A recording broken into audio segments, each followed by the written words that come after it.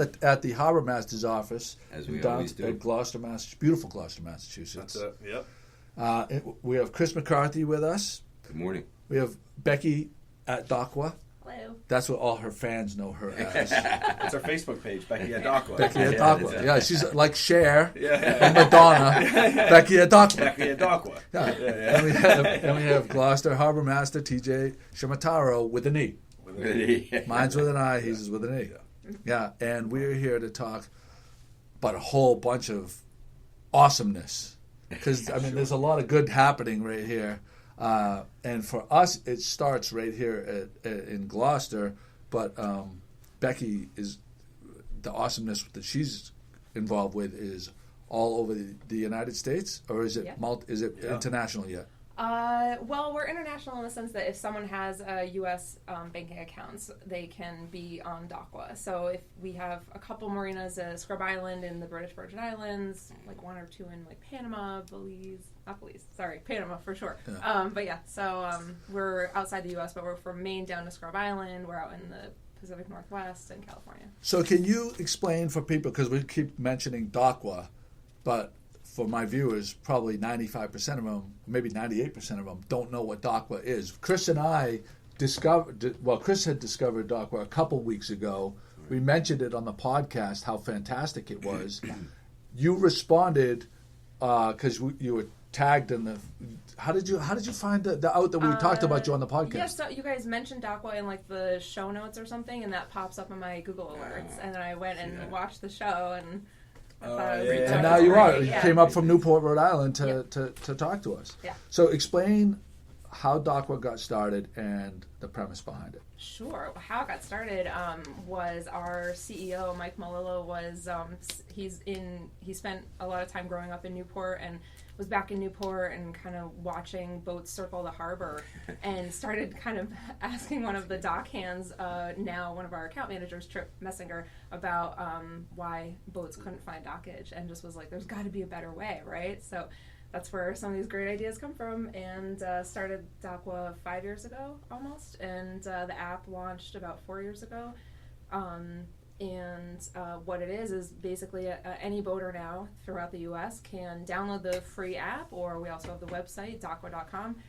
You create your free profile. There's no annual fee or cost to sign up, and there's no markup on anything the marina is going to charge you. So if you were to call the marina, it should always be the same price as what you would see on Dockwa. And so you can reserve slips and moorings right through the app. And once you put in a reservation request to the marina, they get it right on their phone. You can be a marina manager standing on the dock and intercept this. And then once you even put in the request, you can chat the marina manager right there or their staff, and it's through the app. Through the app, yeah. So I downloaded the app and and I'll add this into the show notes, the little video of a screen capture of downloading the app and actually going through and using the filters on the app. I pulled up Gloucester, Massachusetts, and so it's very similar for me to Airbnb in that you can really narrow down what amenities that you like want to have, and it'll just show you. Oh, I definitely want a place that has a washer dryer. I definitely want a place that has a restaurant. Or I definitely want, XYZ. There's a bunch of different parameters that you can input. And instead of like pulling your hair out trying to figure it out, it just puts the information right in front of you. And so I'm going to direct this at Chris, who is new to Gloucester, only last year. He grew up like a landlocked city. Has a boat. But how much more likely are you to travel on your boat to a harbor that you don't really know much about, given that you have this information that the Dockwa app affords you? Highly likely. Highly likely. Yeah. As opposed to before, where you're like, I don't really, in my mind, like, I have a boat, but I'm like, I don't know if we go up to Portsmouth, if I go to Portland, wherever, and I don't really know if I have a slip and some weather comes in. Right. I'm not taking that trip. Right. Sure. But like I know that I have safe harbor. Yeah. let's go. Let's do it, right? Yeah. Well, my Manchester experience is a perfect example because I think it's fairly new in Manchester Harbor because last year I would always go into the harbor and just hope that there was space available. So your description earlier about, driving around waiting for the boaters to come back down and move their boat, I was pleasantly surprised because they did their dock all over as well. It's much larger. And I didn't realize that they had gone to the Dockwa system until I got back on my boat and the harbor master came up to me, or the dock master came up to me and said, excuse me, did you pay for your spot? And I'm like, what are you talking about? Because, last year it was free. And he goes, well, no, we're on the Dockwa system. And I had heard about Dockwa, but I didn't have it on my phone. So I downloaded it right there. He helped me actually download it.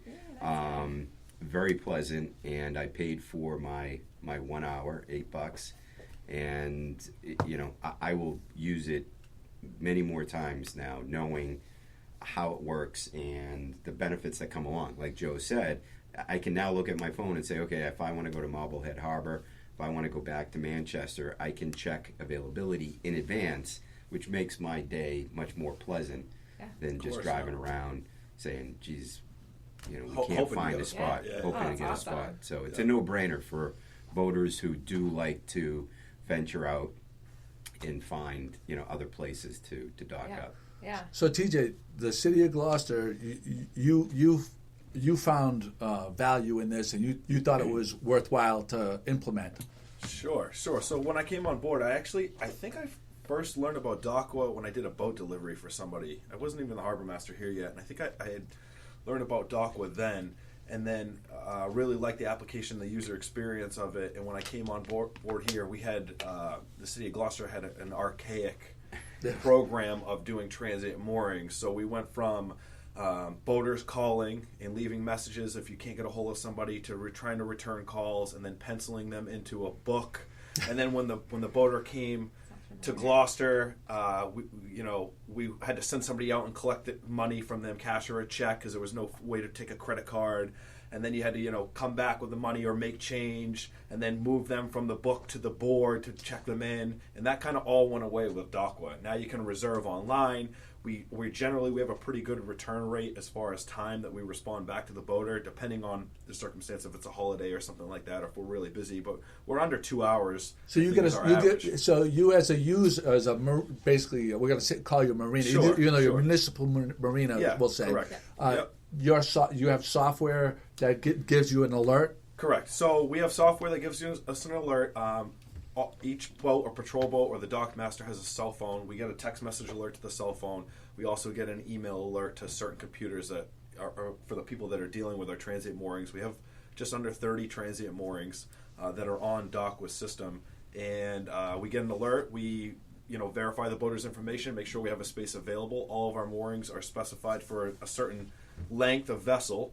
So if we have, a 40-foot boat that comes in and we don't have a 40-foot mooring, we'll waitlist them or ultimately decline them, or we have a spot available for them and we assign them and send them a chat and tell them that, where they're assigned. And pretty recently, in the last couple of years, we've amended the city ordinance, and now the launch service is included with their transient mooring reservation.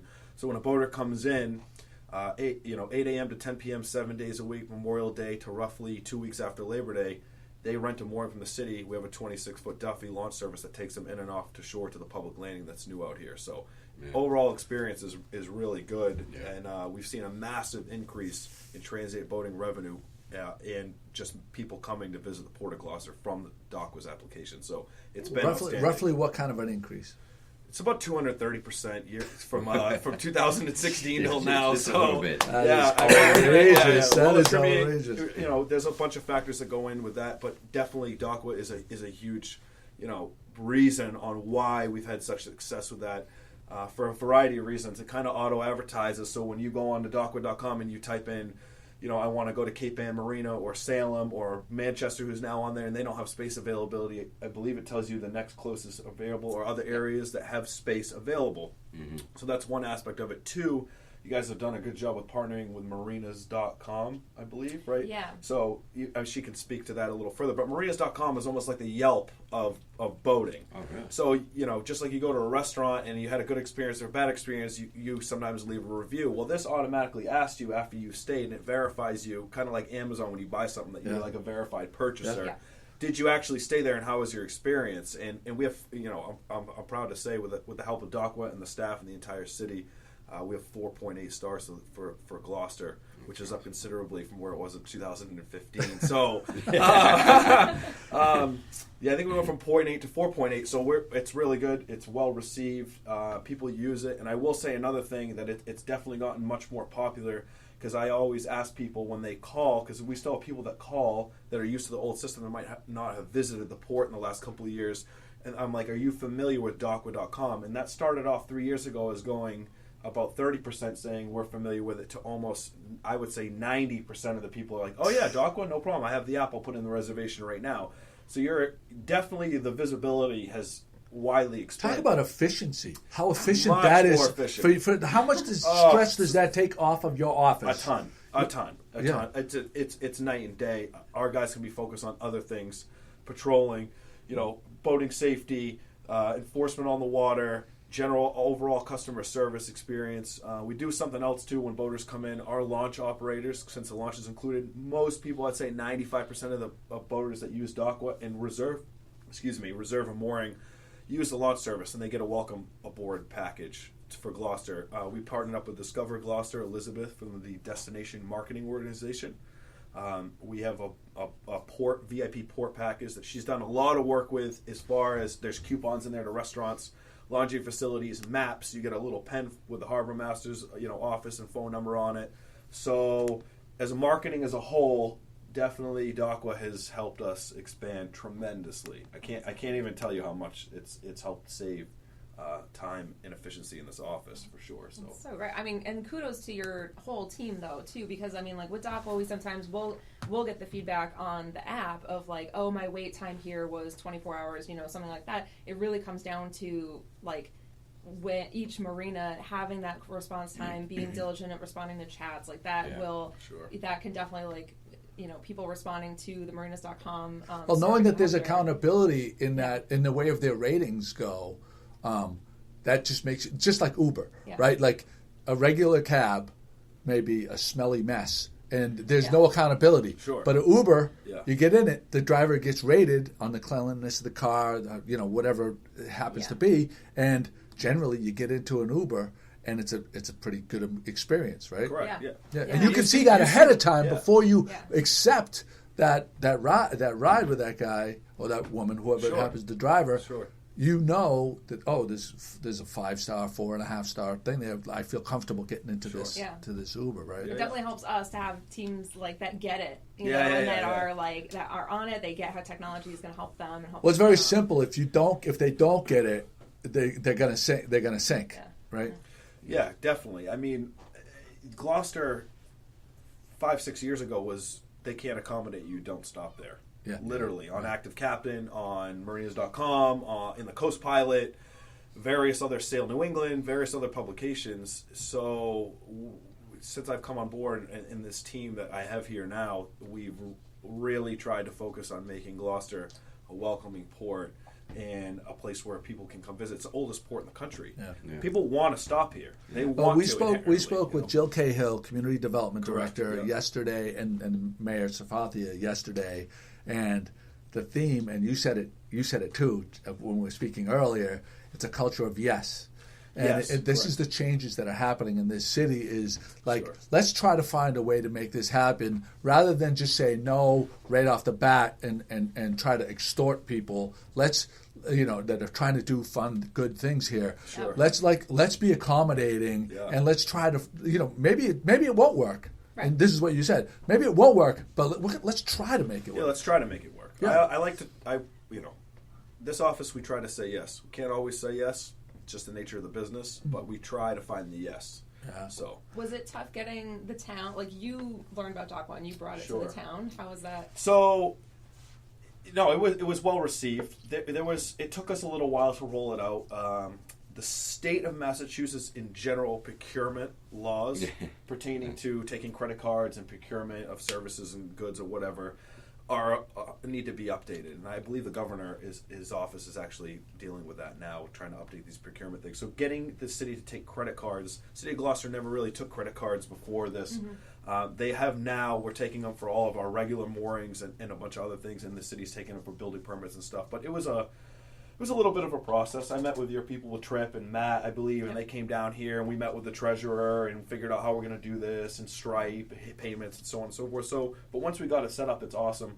The requisition, and like every week when we verify the purchases that came through with the treasurer's receipts and so on and so forth, is pretty seamless. So you guys have definitely done a good job making that easy for municipalities. It's much easier for privately owned businesses to do that than it is for local government businesses, harbor master's offices, or any municipal marinas that are run by a town, just because of procurement laws. But you guys got it ironed out, and we've had it for 3 years now, and I preach it. It's saved us a ton of work. Yeah. And I work a lot with the boater side of things at Dockwa, and so for boaters watching, when we talk about not only allowing more marinas, harbors to take credit cards, which is pretty nice. If you want to pay cash, you actually can still do that. That is kind of within the last 6 months you can pay cash, and they can log it in the app on their side.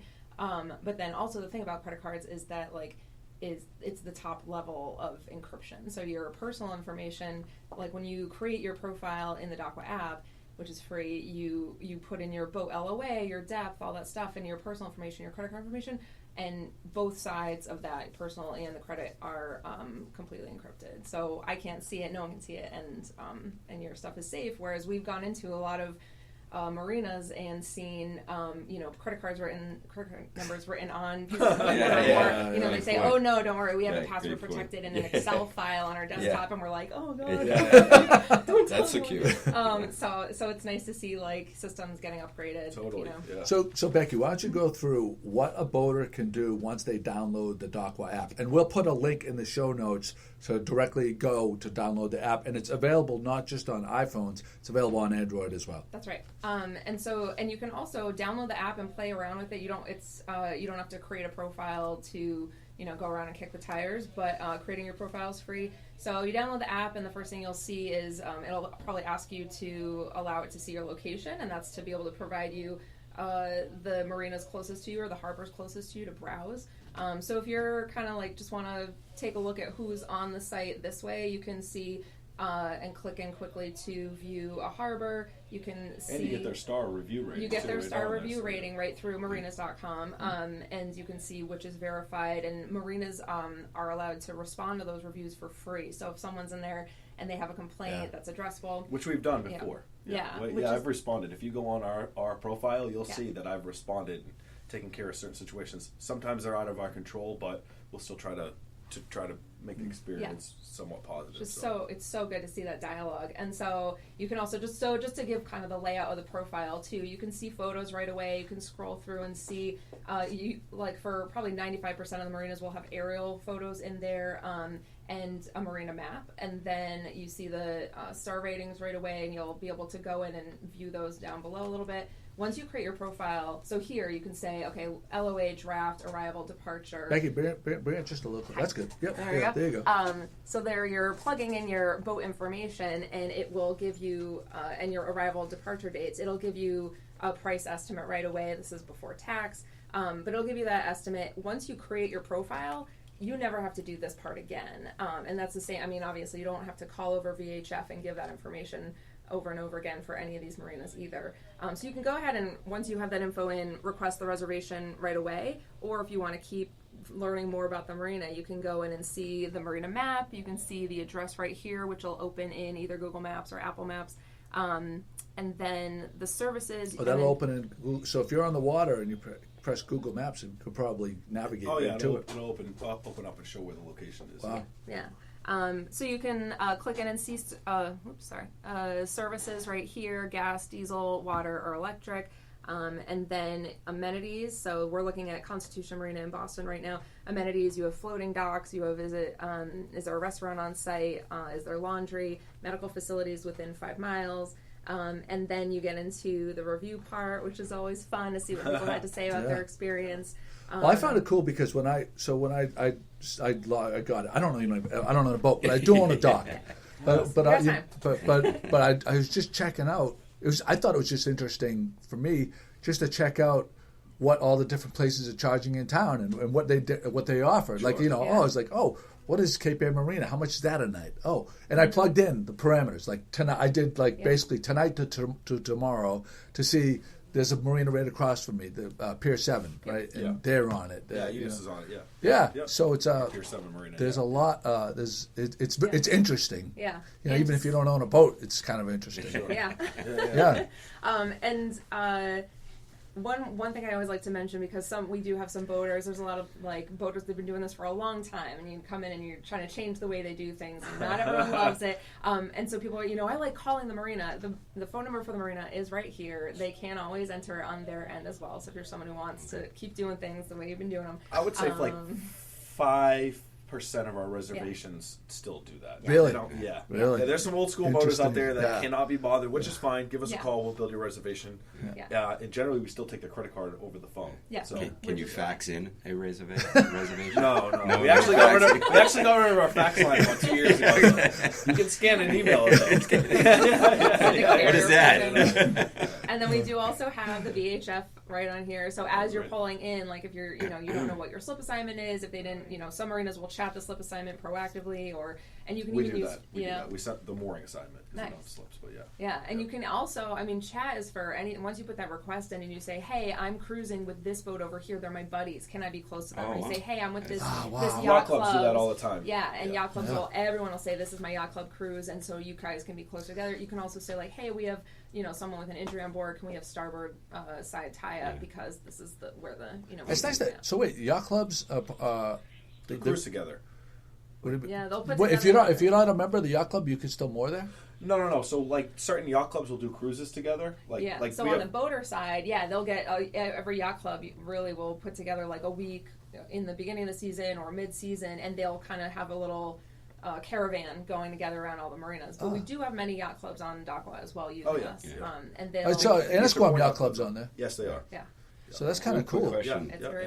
Becky, I'm on your app now, and I see arrival and departure time, and I'm sure somewhere on the app it explains the time of the arrival and when you have to depart. Is it kind of like a hotel? It's per marina. That's specific to each marina. Yeah, one thing boaters really like about it is that we're not trying to take over for the marina and dictate policy. Their cancellation policy, that's still whatever the marina decides, and same with arrival departure. Right. I noticed for Cape Air Marina it was very similar to a hotel. It was, and don't quote me, this could be wrong, but I want to say it was you can't get there until 2:00 in the afternoon, and 11:00 in the morning you have to depart. That was an example of how it would We're work. 11. We're 11.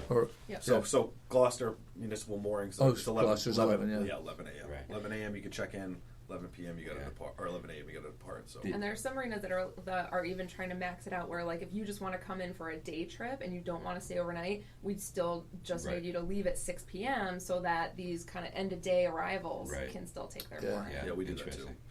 So my boat is on a mud mooring.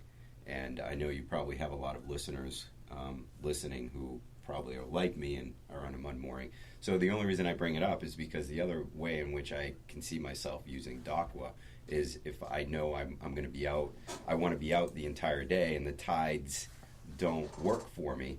I can I can sign up for a mooring, right out here in the harbor, so that I can leave my boat here at night and then bring it back to my mud Go out for dinner. Go out for dinner. And then come back and get it the next day. Right, so it helps me manage the tides. Or I can see it. Look at you. You just got a new pitch. Dockwa. There you go. I'm trademarking that. You're hired. I get $1 for every boat that's on a mud mooring. She didn't say yes. And that was actually my pitch to TJ to hopefully get a deep water mooring at some point in the next 20 years. Before we get off track, I wanted to mention, we talked about this yesterday, and you said, I'd like to do a little event to talk to people locally. And we got you in touch not with Tobin from Cape Ann Marina, but with Rebecca, who's basically the events coordinator there. And she said she's very accommodating. Tonight, tell me what's happening tonight at Mile Marker. Yeah, so for any boaters listening, if you're in the area tonight, 5 to 7 p.m., I'm going to head over to Mile Marker and open a tab, and first round is on me. So just come find me, say hello, jot down your email, and we'll give you a drink ticket and just and talk shop about Dockwa, and talk shop about how people boat. We always like just right now, we just learn about people boat all the time. On our Facebook page today, too, and I'm sure Joe will too, so we'll try to get some people over there tonight. That is the sun's awesome. going to break out here soon, I think. So it's going to be a great day. Blue sky right behind you. Yeah, definitely. Blue sky. We always just like to show up, roll in, and buy a couple beers. And Sweet. Love it. Yeah. One last question for you, and you can chime in on anything else. But But we talked about the boater side. From what can a marina owner do once they partner up? Oh my gosh! So we help. Because okay, and the reason I would say this is because I own a dock, but I'm not looking to do this. But what I'm saying is, no, because my lobster won't freak out. They think that I want to, bounce them out of there. Yeah. But what I'm saying is, I know our fishing industry has contracted quite a bit in this city, and there are a lot of spaces that are underutilized right now. What are the parameters for you being able to offer your slip for Dockwa?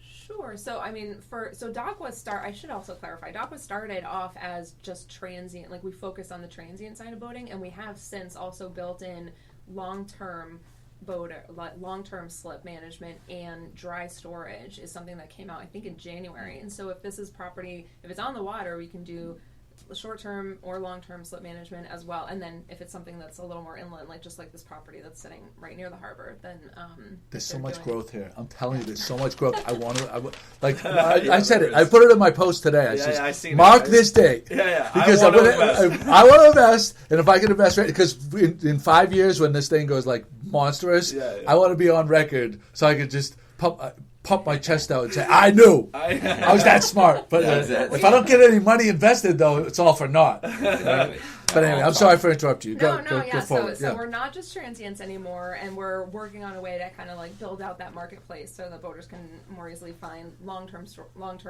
dockage as well and storage. And so all of these marinas, you get all this free software that TJ's looking at right now, where you can intercept requests, you can, kind of manage which docks you have on file, and you don't have to make all of them available. Most marinas do, but if you want to kind of just hold some back because like a larger group is coming in, that kind of thing. Like there's so much flexibility in the marina management side of this, and we are running demos all day, every day. So if anyone wants to get in touch, it's just dockwa.com/demo.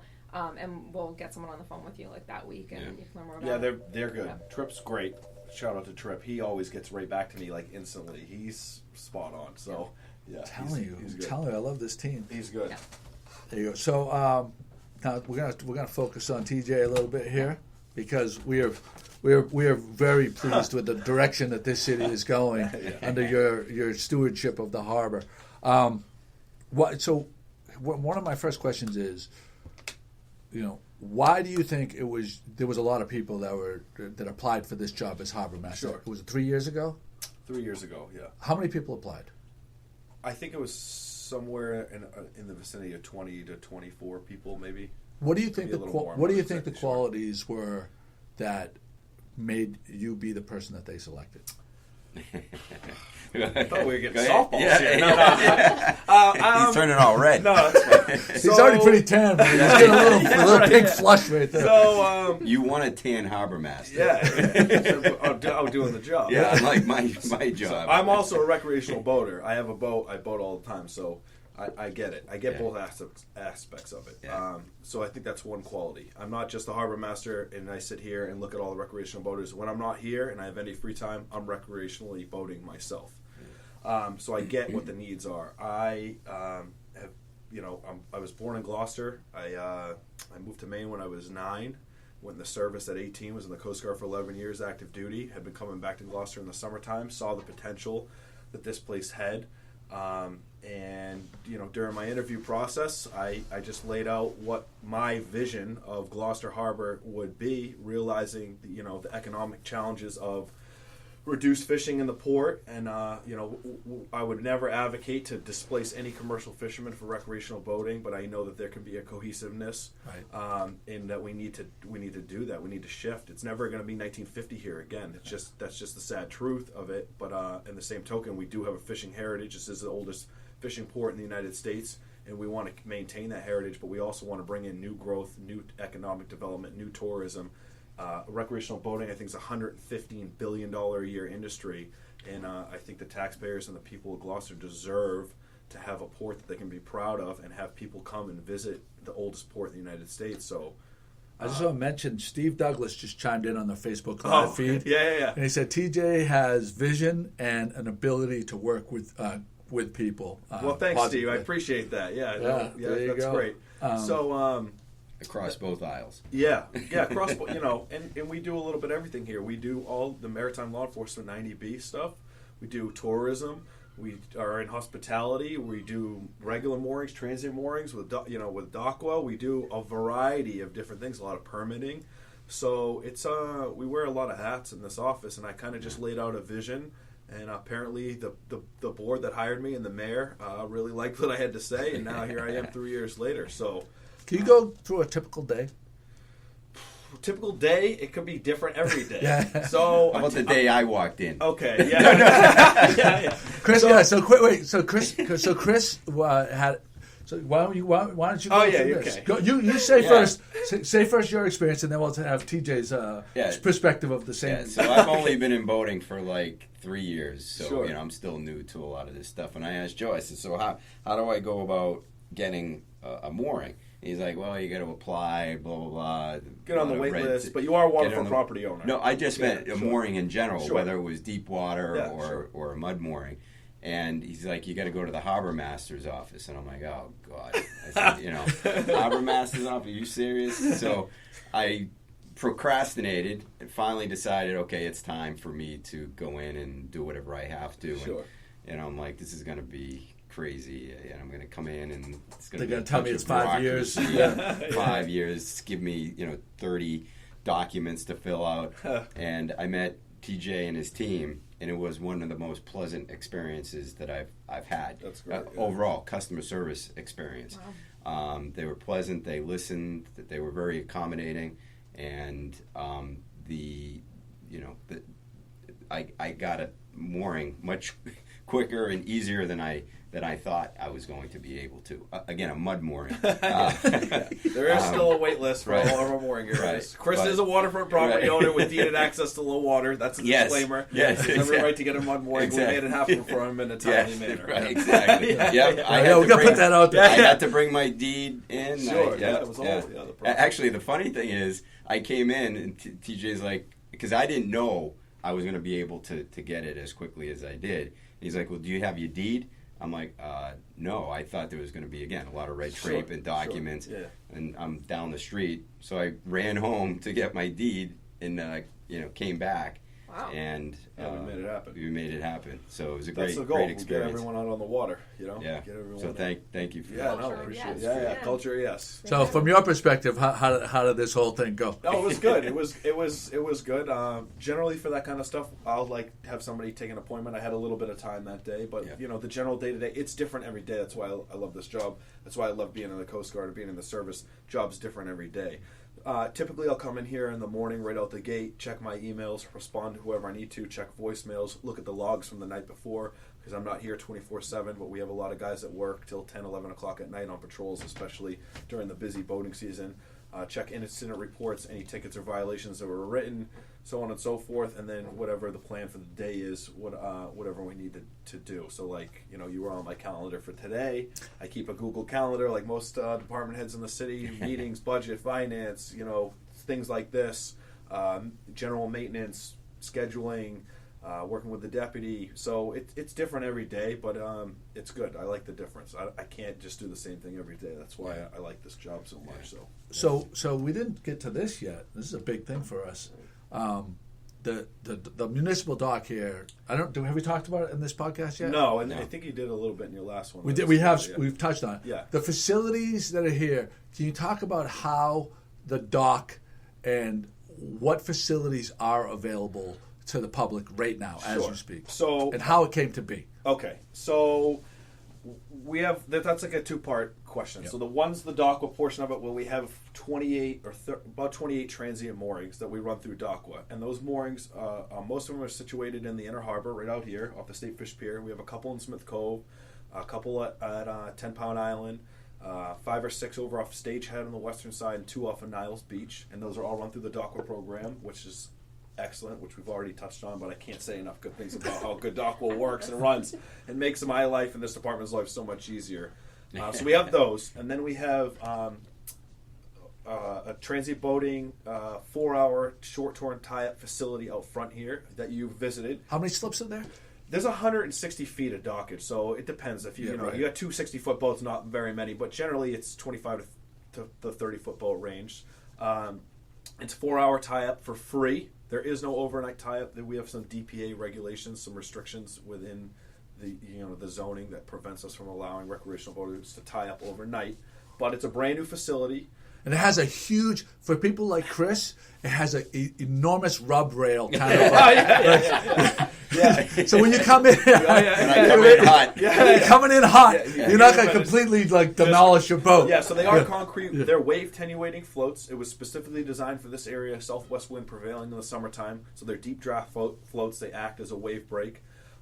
We have a shoreside pump out facility that's funded through the Clean Vessel Act, so you can pump out sewage from your boat. We have a pump out boat. We have a shoreside facility that you can call the office and schedule a pump out for your boat. The 4-hour tie up is out there. Everything's ADA accessible. I know in your last podcast you said, "Wow, the gangway is like 5 feet wide." It's 5 feet wide because it's ADA accessible for a wheelchair, and that's why it's so long because of the tidal spectrum here.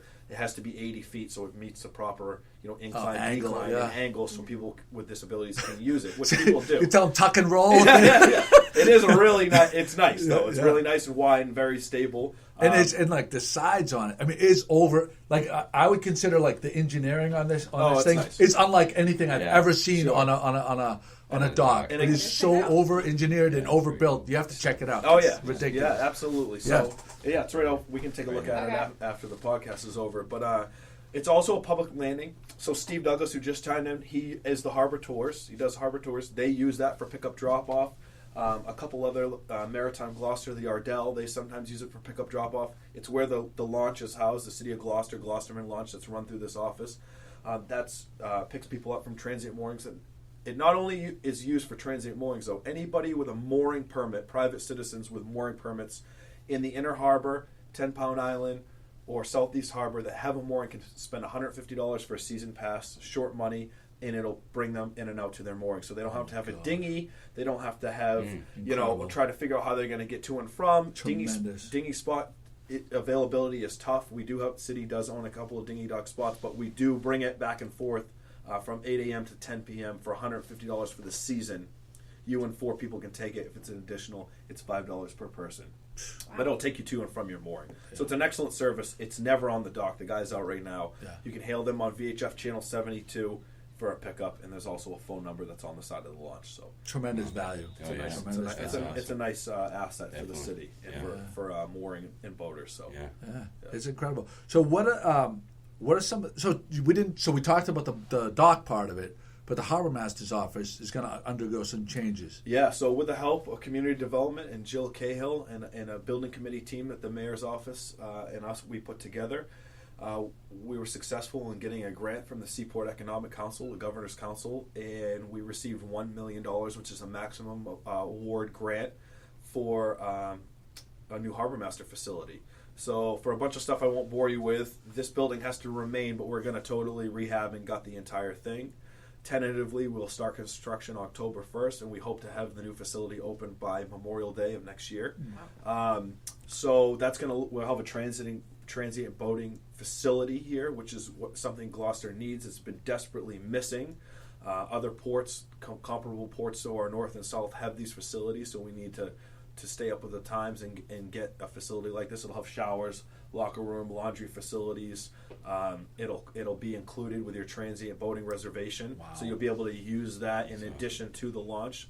It'll also be open for the general public and Gloucester residents as well if they want to come down and tie up and use the facilities. We'll how many times, Chris? How many times are we like out on the thing there, and one of the women on the boat has to go? Yeah. You know So we'll have when those you gotta go, you gotta go. You gotta go. So we'll have not only the transient boating facilities, there will be public restrooms as well, in addition to, but separate to this building for Harbor Loop and boaters alike. So it's a big thing.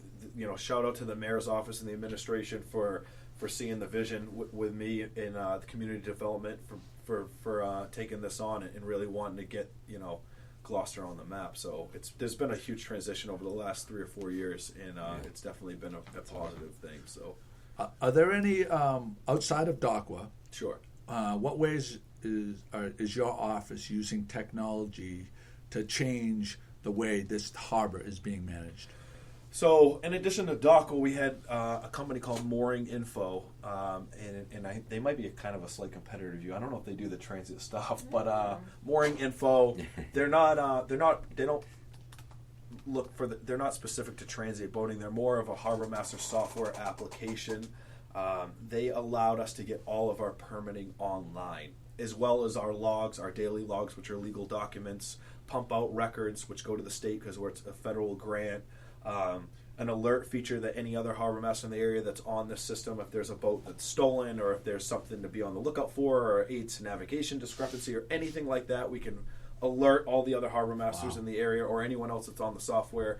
We had that program since last year. That's been a tremendous for not only the user or constituents or people that are using the software or permit key holders that used to get a piece of paper in the mail and write a check and send it back. Everything is, all our correspondence is through email now. Your permit comes to you in October. You can pay right online. You get your sticker in the mail. It's very efficient.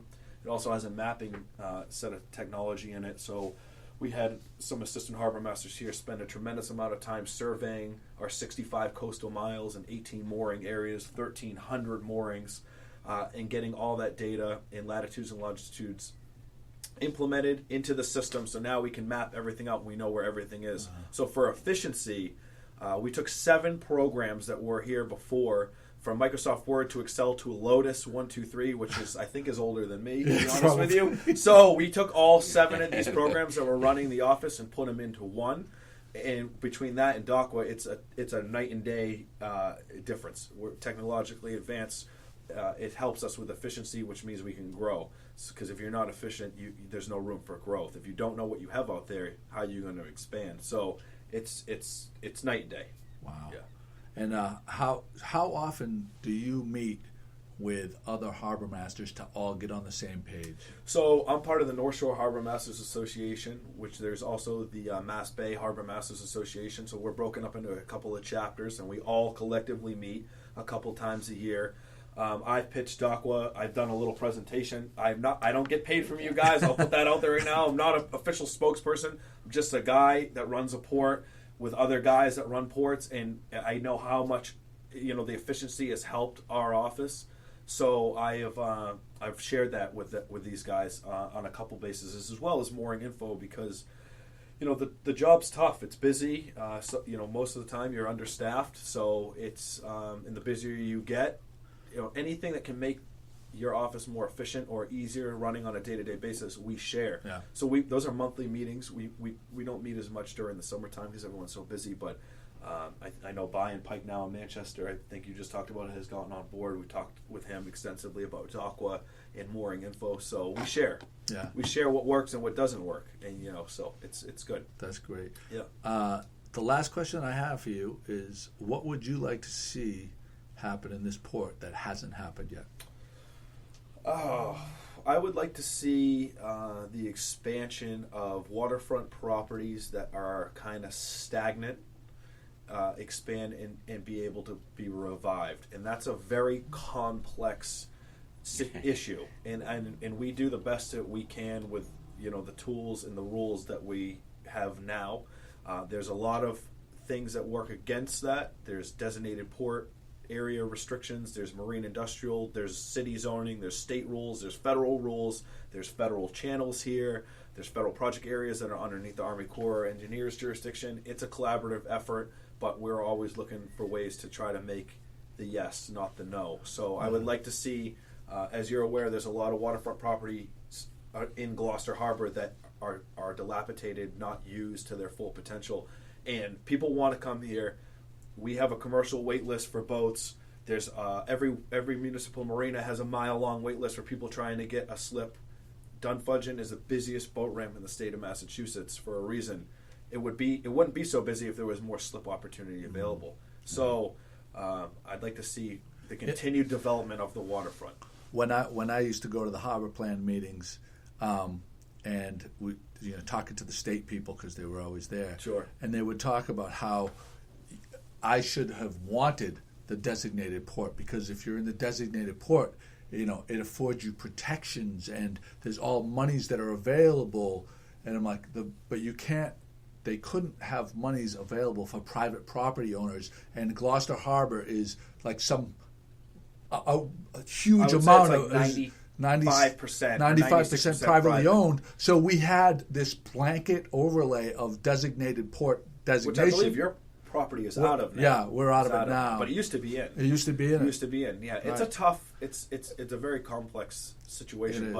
But they should. But I guess my point is, if they're gonna, the places that are in it and having to live with this, then there should be money's been made available to them. Point.